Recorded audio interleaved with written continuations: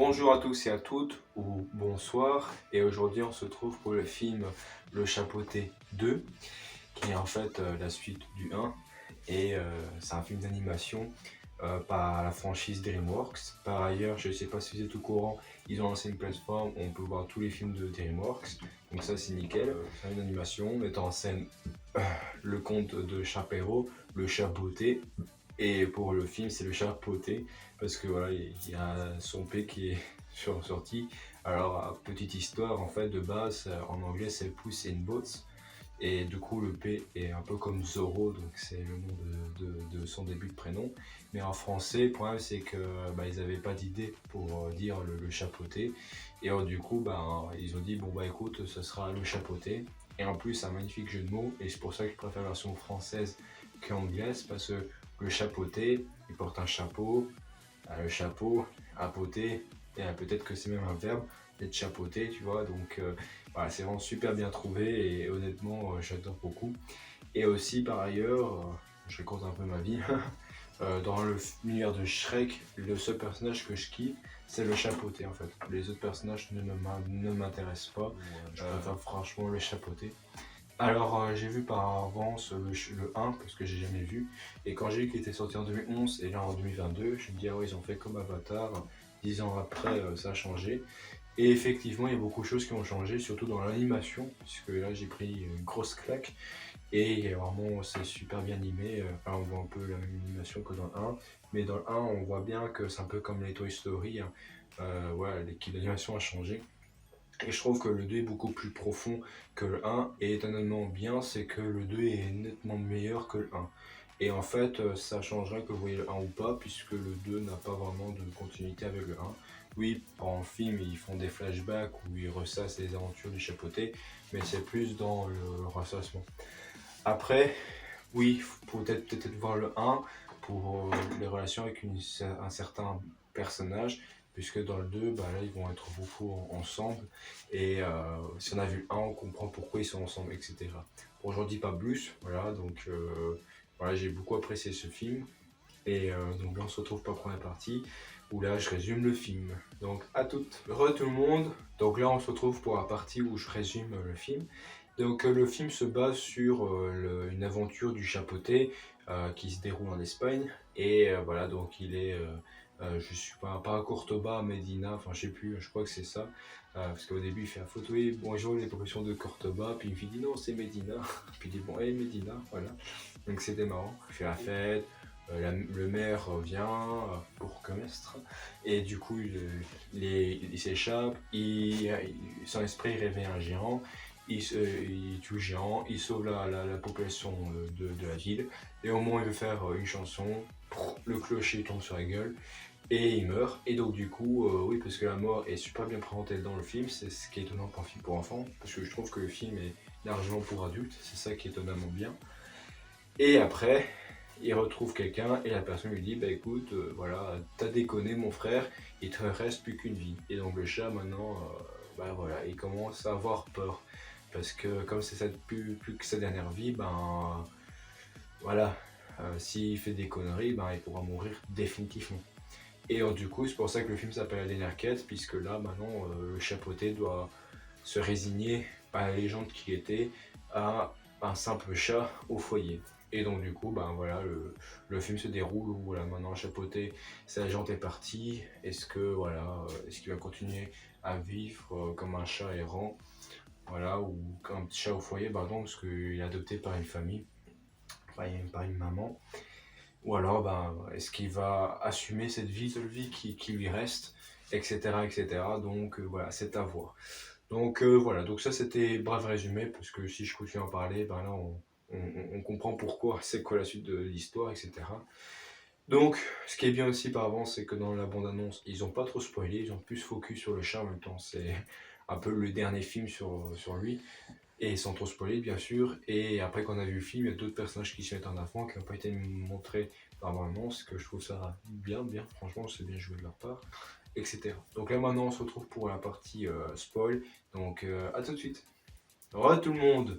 Donc là on se retrouve pour la partie spoil, où là je donne mon avis et voilà, j'explique à peu près ce que j'en pense du film. Si vous n'avez pas vu le film, c'est bien dommage parce que je vous conseille. Franchement, c'est un film à voir au moins une fois dans sa vie. Et aussi, deuxièmement, ben, le film est vraiment unique dans son genre. Donc, waouh, franchement, j'ai beaucoup aimé. Alors, il y a beaucoup de choses à dire. Moi, ce que je dirais, première chose, c'est l'animation. Franchement, j'ai pris une claque visuelle. Parce que déjà dans le 1 c'était pas mal parce qu'il y avait des scènes quand le chat il sautait, il tournait comme ça, où il y avait son épée qui se lançait, et il y avait des carrés comme dans les espèces d'années 70 comme ça, qui s'occuse par scène par case, donc ça c'était marrant. Et puis dans la fin du 1, quand il était dans le désert, il se réveillait, puis t'avais un cobra qui s'est. Puis t'avais le cobra, et puis t'avais le corbeau, et t'avais le chat. Puis après, l'image qui séparait se divisait, tu vois que le corbeau était à côté du chat. Donc ça c'est marrant, le genre de technique. Et puis en plus, voilà, ça. Des fois, il joue un peu sur le sexe du chat parce que ça casserait les couilles et tout. Et là, par contre, pour ce film-là, ils ont été encore plus loin parce qu'au niveau des morts, par exemple, quand on présentait les morts, ben, des fois, il y a le chat qui était un peu bourré. Regardez ce que je sais faire. Et tu vois, il tomber. Et puis après, tu as sa tasse qui éclate. Et puis voilà, mort numéro 3. Et là, franchement, pour le coup, c'est très sérieux. Surtout la représentation du mort parce qu'il y a des passages où ça fait flipper. Et même à la fin du film, quand tu voyais le monstre qui allait charcuter le chat, j'étais là où j'ai surpris.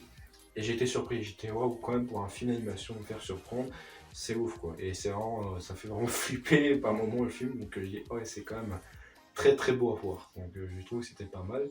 Et j'ai même un peu applaudi tellement c'était bien. Et j'ai pleuré parce que c'est beau aussi. Et là dans ce film-là, ce que j'ai beaucoup apprécié, c'est les changements de décor. Par exemple voilà, je parle le shape parle, puis à un moment, on a une musique qui passe, une musique qui est un peu présente l'humour des personnages et on va voir chapeauter, on va dire son physique là va se détériorer. En fait, il y aura juste l'ombre du personnage qui va être calqué dans une autre scène. Donc je sais pas, la scène, ce sera une forêt et en fait, on va voir la forme du chat en gris transparent et qui va être dézoomé, etc. Et ça, j'ai beaucoup apprécié parce que des fois, quand le chat est un peu errant ou voilà, il est un peu seul et il est un peu dans ses souvenirs, dans ses pensées, vraiment on voit sa tête, puis on dézoome sa tête et on revient sur le personnage. Par exemple, quand il y avait une quête un peu, parce que ceci est un peu une quête d'aventure, après la Dragon Ball, la recherche des Dragon Ball, là c'est la recherche de l'étoile, etc. pour faire un vœu. Et ben en fait on voit les autres personnages et tout avancer, etc. Donc c'est un peu à la Lucky Luke, hein, il y a eu le film là-dessus, la grande traversée de l'Ouest, que franchement c'était très beau. Et pour le coup j'ai beaucoup apprécié parce que c'est ce côté-là où, voilà, franchement on met des calques sur le personnage et j'ai beaucoup apprécié. La musique, alors ça c'est un film un peu comédie musicale, mais pas non plus trop, pas à la Enzo Coco, c'est pas non plus un film à la Warner. Non, là c'est un film plus à la Coco, en même temps c'est DreamWorks, c'est un peu comme Disney. Ils sont pas trop dans les comédies musicales, mais là quand ils le font c'est très bien fait. Et puis pour le chapeauté, c'est un peu pardonné comme Coco, puis c'est comme c'est espagnol, tout ça, et aussi parce que moi j'aime beaucoup la langue espagnole, j'adore la culture, etc. Je voudrais vivre une fois espagnol, voir ce que ça donne, et j'adore vraiment, et surtout la VF du chapeauté, je l'adore. Parce que hier, hier, oui, j'ai spoilé, mais avant de voir le film, j'ai vu le 1, mais hier, voilà, quand j'étais voir le 1, ben, j'ai vu la version anglaise, parce que c'était fait par des Anglais, et le film était très très bien, hein. Ça joue sur les jeux de mots en anglais, peut-être pour ça en français c'est du mal à traduire, mais quand il y a la version française, j'avoue que je préfère la VF. Franchement, la musique, c'est pas déconcertant, c'est très profond, j'ai lâché des larmes, c'est très beau. Au niveau des personnages, oh, et les personnages, surtout les méchants, les méchants, comment ils sont présentés dans le film, je n'en dis pas plus parce que le film suffit à lui-même, mais franchement, c'est très très beau, c'est vraiment très très beau. Et voilà, je reviens avec le scénario, mais le titre porte bien son nom, la dernière quête, bah, c'est une quête épique et une quête qui est digne du chapeauté, quoi. Et ah oui, c'est vraiment beau, quoi. En plus, il retrouve sa femme d'avant et tout, comme dans le 1, donc c'est mignon. Et puis aussi, il rencontre le chien. Et d'ailleurs, pour parler du chien, j'en dis pas plus, mais oh, le chien, ce qu'il a vécu dans son passé et qui est là tout content, tout heureux. Et aussi, bah, il y avait une scène où il prenait une carte pour trouver l'emplacement de l'étoile. Et en fait, chaque personnage qui touche la carte, le chemin change et c'est en fonction du cœur du personnage. Donc si tu as un cœur sombre, le chemin va être satanique, mais si tu as un cœur pur, bah, le chemin va être pur, quoi. Et moi ce qui m'a fait rire, c'est le chat à poté qui va prendre la carte. Il y a un chemin volcanique, Et quand t'as sa copine qui dit ouais bon vas-y prends la carte, tu sais pas gérer, et c'est un chemin satanique, je suis en mode et contre moi quoi. Et quand t'as le chien qui prend la carte et que c'est un monde licorne bisounours, tu dis ah ouais d'accord le chien contre nous quoi. Donc ça c'était marrant. Et franchement, pour le coup, le film est très original pour sa part. J'ai eu mes claques, hein, j'ai été retourné le cerveau parce que moi j'étais voir le film parce que j'aimais trop chapeauter. Et waouh, s'ils font un 3, je sais pas s'ils font nettement mieux que le 2. Sachant que peut-être dans, on va dire, dans 10 ans on se retrouve. Hein, si je sais pas si je continue encore à me faire mes vidéos, mais s'il y a le 3, bah, dans 10 ans peut-être. Voilà. Et j'ai beaucoup aimé franchement ce côté-là. Waouh, un peu shinisant pour faire une comparaison, hein, parce que dans le film Shining, il y a beaucoup de références, dont une où c'est Chapoté qui boit, et en fait à un moment il se retrouve tout seul devant un miroir et il parle tout seul, puis à un moment il y a un personnage sombre qui débarque, et aussi la mise en scène, comment ça apparaît, genre les flammes s'éteignent, on joue ce personnage, le chat n'a rien à foutre, il dit ouais, un peu comme un, ouais, je sens que c'est un ombre un peu dangereuse, mais lui en mode voilà, je sais vécu. Puis après, il y a un tonneau au premier plan, on décale le tonneau, et puis après, le loup apparaît, et ça, vraiment, question de mise en scène, etc., c'est très très bien. Et aussi, l'histoire du loup, quand ça revient plus tard, wow, il fait vraiment flipper sa race, quoi, et il est pas là pour rigoler. Comparé aux autres personnages comme les trois ours, où là, au début, tu les voyais en mode warrior, tu dis ah ouais, boucler tes trois ours, wow, wow, wow, wow, ça a l'air pas de rigoler. Puis après, quand les ours essaient de choper le chat, ils sont en mode ouais, les gars, ça va et tout. Enfin, j'ai eu peur qu'à un moment, le petit ourson qui allait lâcher un wesh les gens parce qu'il avait un collier en mode warrior. Et en fait, non, c'est juste un gars sympa. Donc, ça, j'ai trouvé ça mignon et marrant. Et c'est vrai que tous les personnages sont attachants, même le méchant Jacques Ogy, là, je sais pas quoi, c'est très attachant.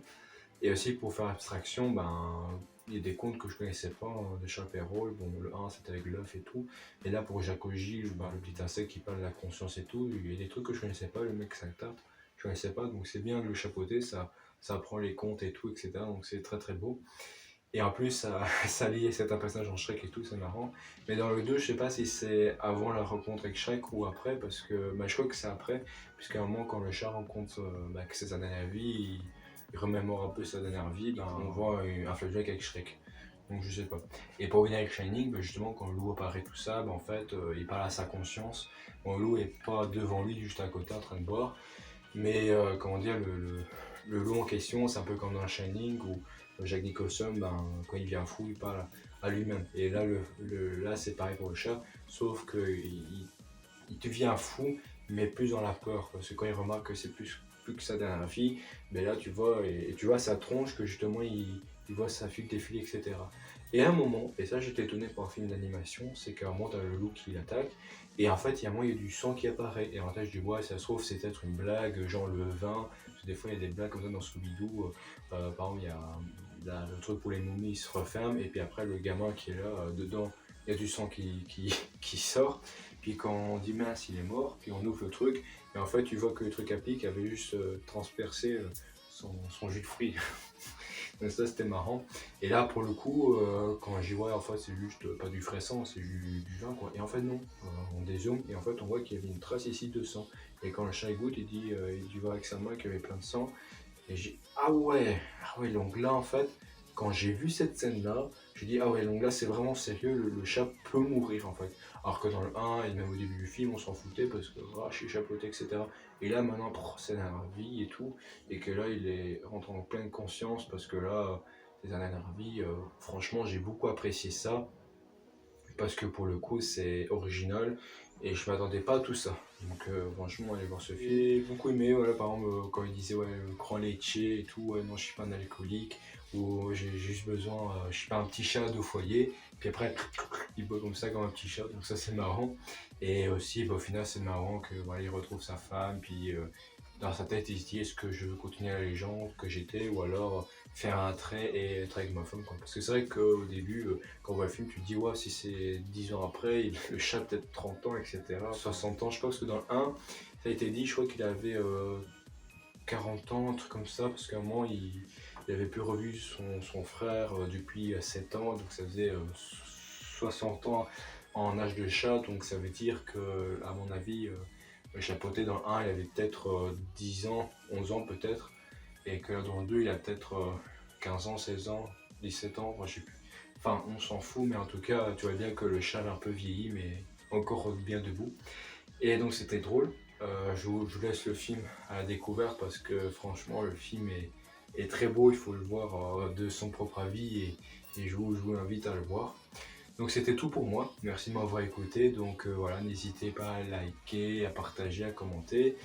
Aussi à regarder mes autres vidéos, voilà. Dites-moi ce que vous avez pensé du film, de ce que vous avez vu, etc. Je me ferai un plaisir de lire tous les commentaires. Je vous souhaite voilà, une bonne journée. Voilà, n'hésitez pas à voilà, vous amuser, on va dire ça. Et comme d'habitude, le mot de la fin, c'est voilà, regarder des films, forger votre culture, etc. Et puis profiter de la vie, etc. Donc je vous remercie beaucoup et au revoir.